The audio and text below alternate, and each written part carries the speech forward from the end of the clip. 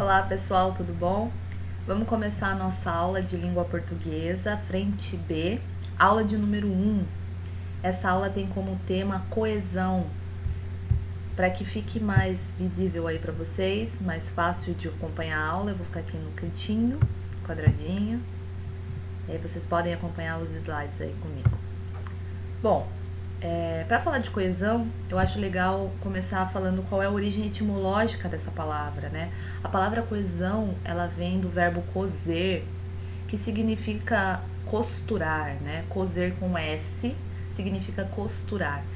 E eu acho ótimo essa explicação, porque é exatamente isso que a coesão faz no seu texto. Ela costura o seu texto, ela costura o seu enunciado, né, para que ele faça sentido no final.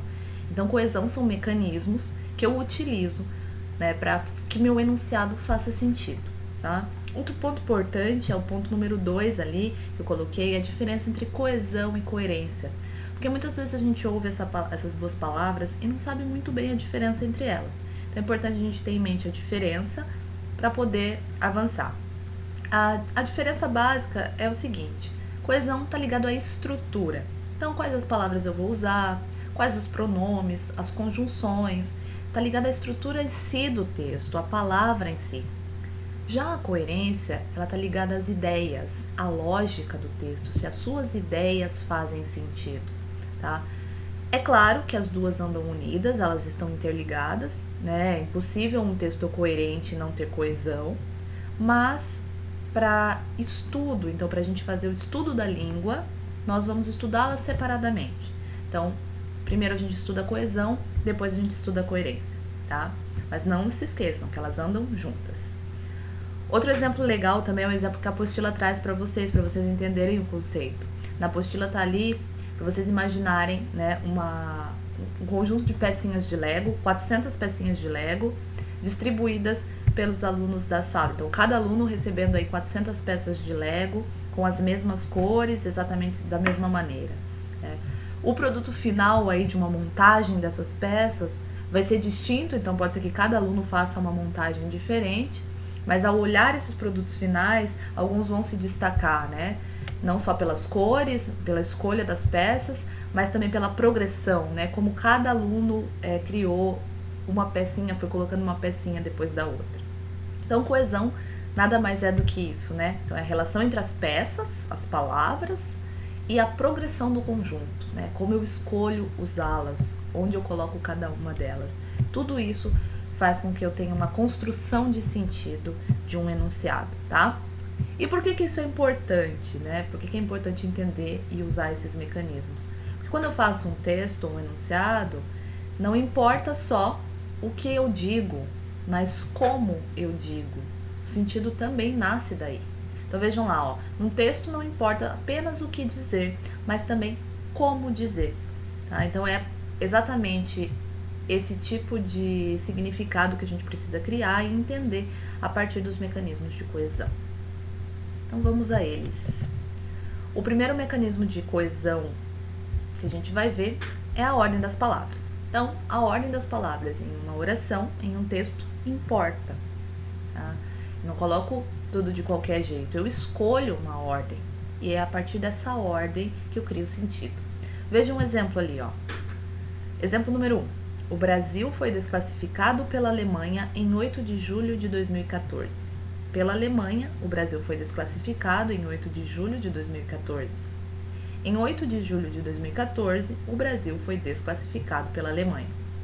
As três orações parecem, né, que dizem a mesma coisa, mas se vocês prestarem bem atenção, há uma ênfase diferente em cada uma delas. Na primeira oração, por exemplo, a ênfase é o paciente da ação, né, quem recebe a ação. Na segunda frase, a ênfase é no agente da ação, quem faz a ação. E na terceira frase, a ênfase está no tempo da ação. Então, são sentidos diferentes. Outro exemplo são esses daqui. Veja, aqui o exemplo é um pouquinho diferente, tá? Ó, fazemos melhor nosso trabalho. E o 2, fazemos nosso melhor trabalho. O sentido aqui muda um pouco mais do que da frase sobre o Brasil e a Alemanha, né? Percebam, na frase 1, o destaque se dá ao modo de fazer o trabalho. Na frase 2, o destaque está no trabalho em si. Portanto, fiquem sempre atentos à colocação das palavras numa frase, numa oração, né? Porque elas trazem um sentido, elas mudam o sentido da oração, certo? Vamos lá. Esse daqui essa atenção, ela é muito importante porque é um dos temas mais recorrentes no vestibular. Muitas questões de segunda fase em língua portuguesa trabalham com esse conceito, que é o conceito de ambiguidade. Então, a ordem das palavras, ela pode causar ambiguidade, que é um problema de coesão, dependendo do texto, tá? Olha um exemplo ali, ó. Ex-professor da USP tenta roubar bolsa com caco de vidro. Essa frase é ambígua por quê? Eu não consigo saber se ele tentou roubar a bolsa usando um caco de vidro, né, como instrumento do roubo, ou se ele roubou uma bolsa que tinha um caco de vidro dentro, tá? Então, há uma ambiguidade aí, é um duplo sentido por causa da ordem das palavras, é um problema de coesão. Como que isso costuma aparecer no vestibular?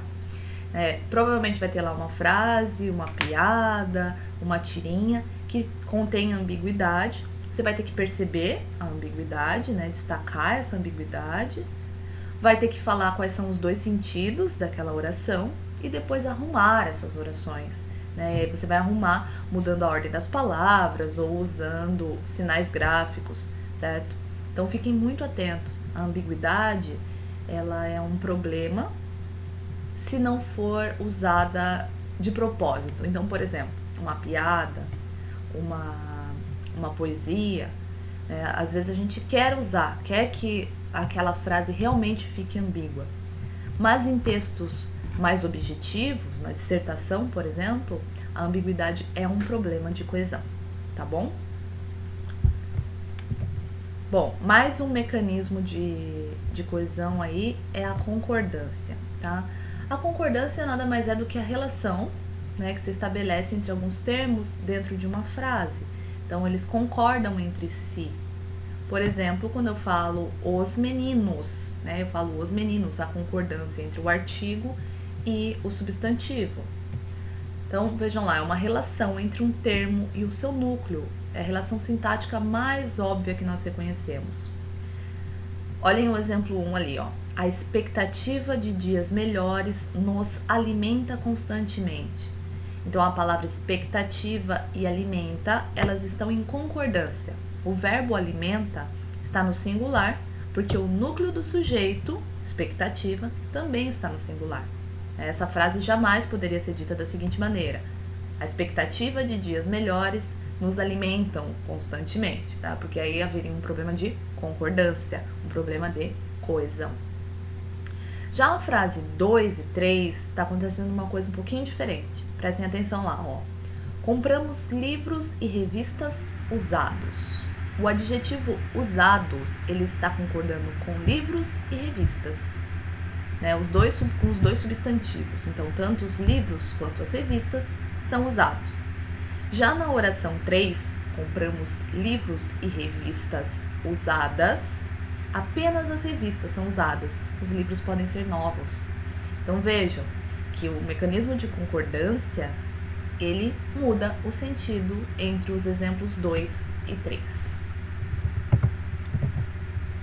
Outro mecanismo de coesão importante é a elipse, tá? Elipse nada mais é do que o apagamento de um termo ou expressão facilmente identificáveis pelo contexto.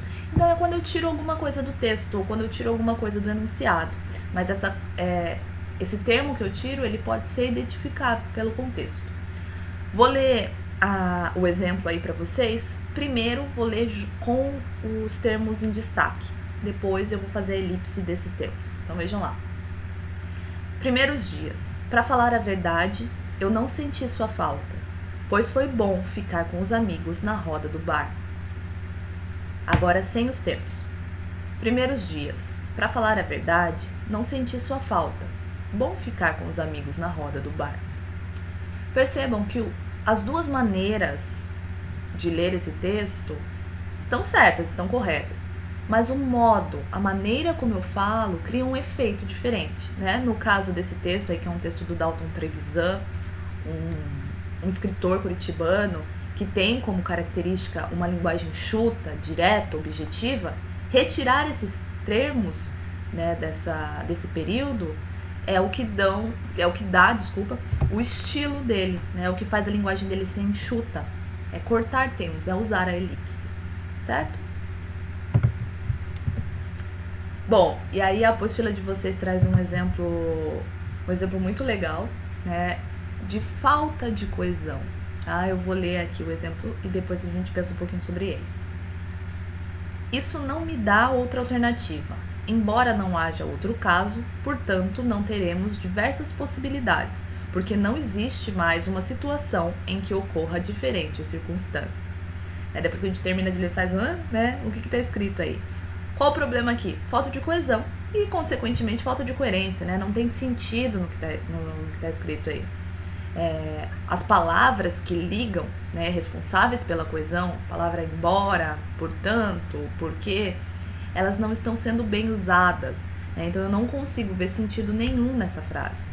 Para que vocês não caiam em erros como esse, é importante, né, que vocês saibam utilizar os mecanismos de coesão e principalmente os mecanismos de coesão referencial, tá? Porque quando eu vou fazer um texto, eu preciso saber quais palavras é que vão ligar os termos. Então, uma palavra a outra, uma oração a outra, um parágrafo a outro. São esses termos, né, que vão retomar referentes, certo? Que são responsáveis porque a coesão do meu texto consiga existir, tá? Dentro da coesão referencial, que é essa coesão, portanto, que faz essas referências a coisas que já foram ditas ou que ainda serão ditas, eu tenho duas classificações de termos, tá? Vamos lá. A primeira são os termos anafóricos. O que é isso? São termos, palavras, tá? Que vão... eles vão aparecer depois do referente. Ou melhor, o referente aparece antes dele. Para que vocês decorem ou lembrem-se, né, dos anafóricos, pensem assim que anafóricos começa com an, né, igual antes. Portanto, o referente aparece antes. Anafórico. Vejam os exemplos que fica mais fácil de vocês entenderem. Ó, João está doente. Viu na semana passada. Olhem o pronome o, enviou. O pronome o é um pronome anafórico. Porque o referente, que é João, está aparecendo antes. Portanto, o pronome o, é um pronome anafórico, é um termo anafórico. Seu referente aparece antes.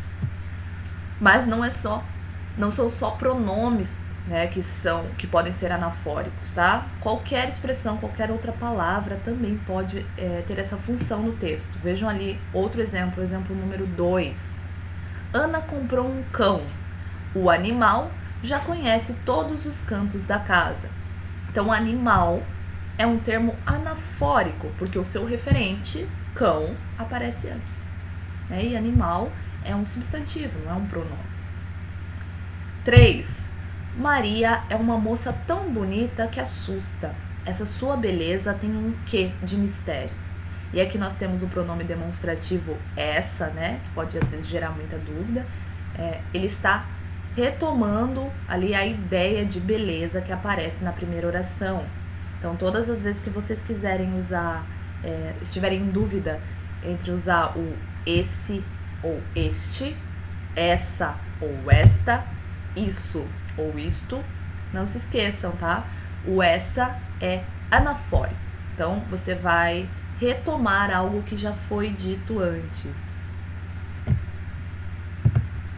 Depois dos anafóricos, tem os catafóricos. Os catafóricos, o referente aparece depois. Então, o termo aparece e depois vem o seu referente. Vejam ali o exemplo de número 1. A irmã olhou-o e disse: João, estás com um ar cansado.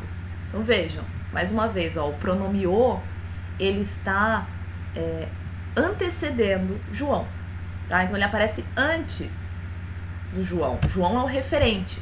Referente vem depois do termo. Os nomes próprios mais utilizados na língua portuguesa são estes: João, Maria e José. Olha lá o este, pronome demonstrativo, né? Eu uso este e depois eu falo meu referente. Então eu uso este e aí depois vem João, Maria e José, tá? Então, o que é mais importante dessa aula que vocês se lembrem? Que a coesão são mecanismos que eu uso para que meu texto e meu enunciado faça sentido, beleza? Deixa eu aumentar aqui a minha cara, só para dar um recado final. Pessoal, essa aula é muito importante que vocês façam os exercícios da apostila, tá? Não deixem de fazer esses exercícios para que vocês consigam perceber todos esses mecanismos de coesão funcionando. Qualquer dúvida é só me chamar, que eu vou estar à disposição, tá bom? Muito obrigada e até mais. Tchau, tchau.